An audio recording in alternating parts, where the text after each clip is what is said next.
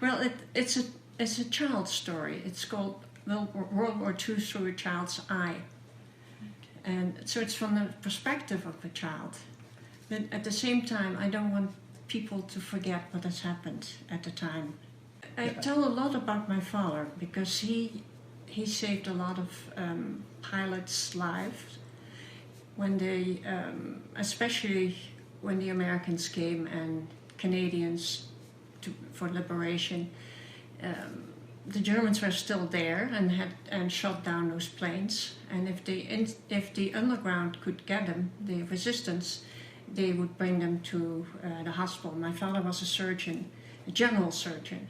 That means he did bones, he did deliveries of children, he did heart and lung surgery, even brain surgery. That's what the surgeons did at that time. Now they're all specialized, of course. And so the pilots or people that wanted to go into hiding, so they didn't have to work in Germany, they would come to the hospital where they would be hidden in the basement, where eventually our whole family lived there because of the bombings, the constant bombings on our town. And the hospital was not bombed, thank God. So I'm one of a family of 11. I have 6 brothers and 4 sisters, and most of us, the last year of the war, were in the basement of the hospital.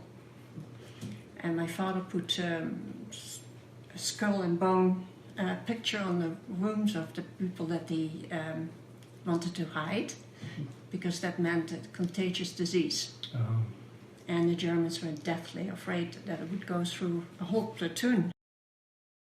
We were kids, and so we had fun things as well. But we had a Jewish nanny, and the only one that survived. And in my story I write about that she was called up to show up with her jewelry and all her fur coats. Everything was of any value. And she had to appear in the local movie theater, which she did. And all of Jewish friends were there. She was the first one, sat in the front row.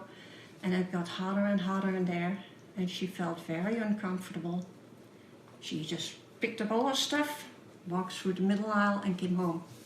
The only survivor.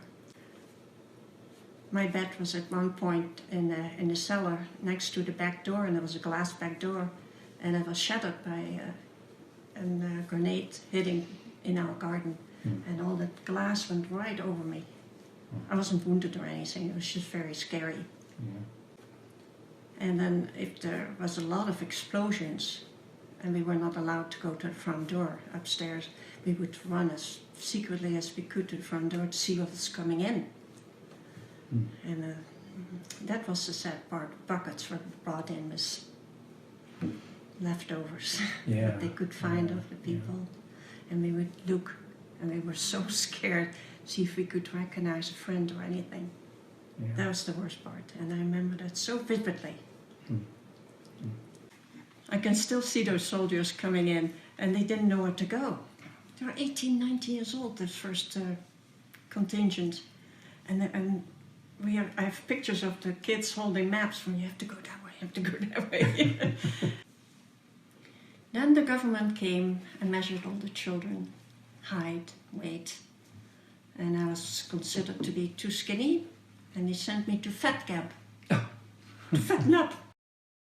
And on the way to the hospital, my father saw what's called a razzia, and the Germans just closed off a street 4 or 5 in the morning and pulled all the Jews out of their beds.